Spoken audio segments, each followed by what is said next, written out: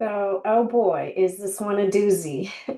I'm going to talk a little bit about alcohol addiction in this one, just so you know.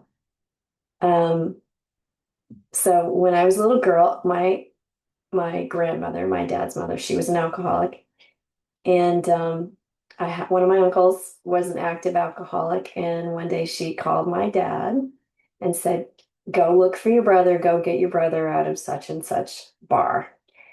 I was a little girl. I don't remember exactly how old I was, but my dad he was taking care of us. And so he took me and my brother over to this particular bar and went in looking for his younger brother. He was carrying me in his arms and he was asking if anyone had seen him. And someone in the bar pulled a gun on him. Wow. And when I think about it now, I think about all the boundaries crossed. My grandmother asking my father, who was had children of his own, to go look for and parent his younger brother, who was a grown adult, and asked him to go into this particular, setting and all the negative consequences that came with it. Totally unnecessary.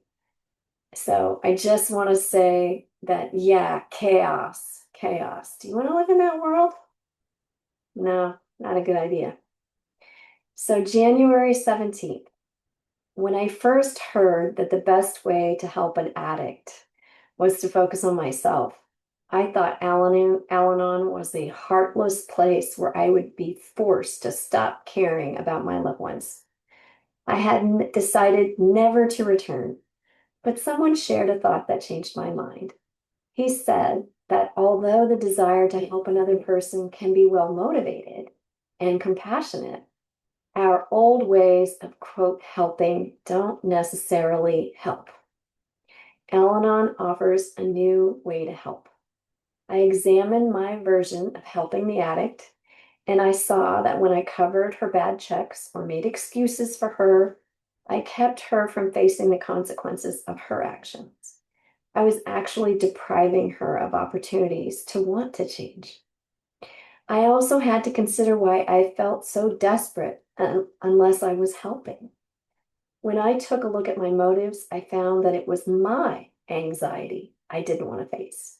So today's reminder, is the help I offer truly loving, or do I have other motives?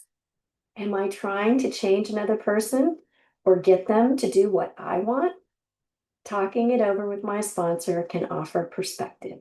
My best hope for helping those I love really does begin when I focus on myself. In Al-Anon, we learn not to create a crisis, not to prevent a crisis. It is the natural course of events. And that comes from a book called Detachment. So there's a wisdom that looks at some of these very precarious situations and says, not going to get involved, not going to go there. Nope, not my business. And it's up to each one of us to sort it out when we're looking at these crises that people so often manufacture when they're an addict.